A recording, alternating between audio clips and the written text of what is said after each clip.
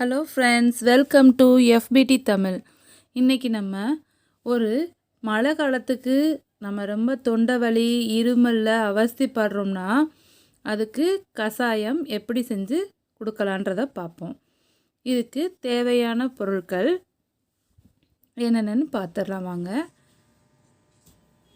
வெத்தலை எடுத்திருக்கேன், ஒரு 4 வெத்தலை, 4 கற்பூரவள்ளி இலை, ஓமவல்லின்னு சொல்லுவாங்க, துளசி ஒரு 4-5 இலை எடுத்திருக்கேன், கிஸ்மிஸ், திப்பிலி, மிளகு, சுக்கு, தூதுவளை எடுத்திருக்கேன் 4 இலை அளவு, தேன்.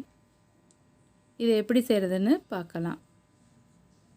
ஒரு பாத்திரத்தில் நம்ம இந்த வெத்தலையை காம்பை பிச்சுட்டு மற்ற இலையை ஃபுல்லாகவுமே பிச்சு போட்டுருவோம்.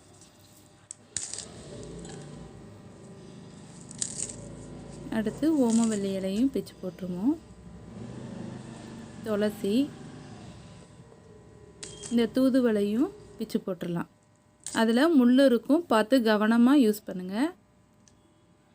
கிஸ்மிஸ் பழத்தையும் போட்டு நம்ம உரலில் சுக்கு, திப்பிலி, மிளகு இது எல்லாத்தையும் போட்டு இடிச்சுக்கிறணும்.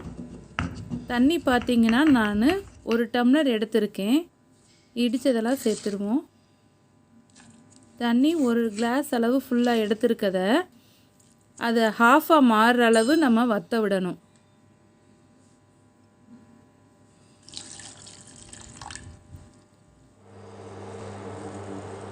இதை நல்லா அடுப்பில் வச்சு நல்லா கொதிக்கட்டும். நம்ம அதை மூடி வச்சுக்கிருவோம்.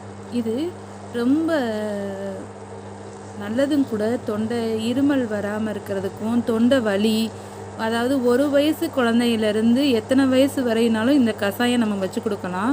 இந்த மழை காலத்துக்கு ரொம்ப ரொம்ப யூஸ்ஃபுல்லான ஒரு ரெமிடி இது. ஃபுல்லாக மூடி வச்சு கொஞ்ச நேரம் அதை வற்ற விட்டு நம்ம வடிகட்டி எடுத்துக்கிடுவோம்.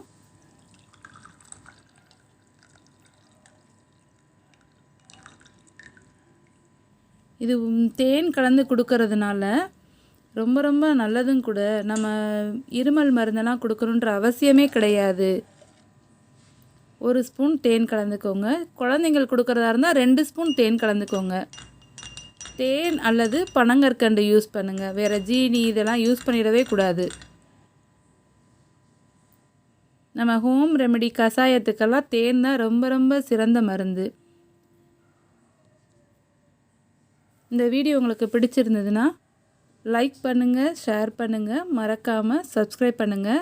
பக்கத்தில் இருக்க பெல் ஐக்கானை ப்ரெஸ் பண்ணுங்கள். அப்போ தான் நான் அடுத்தடுத்து போடுற வீடியோலாம் உங்களுக்கு நோட்டிஃபிகேஷனாக வரும். தேங்க்யூ.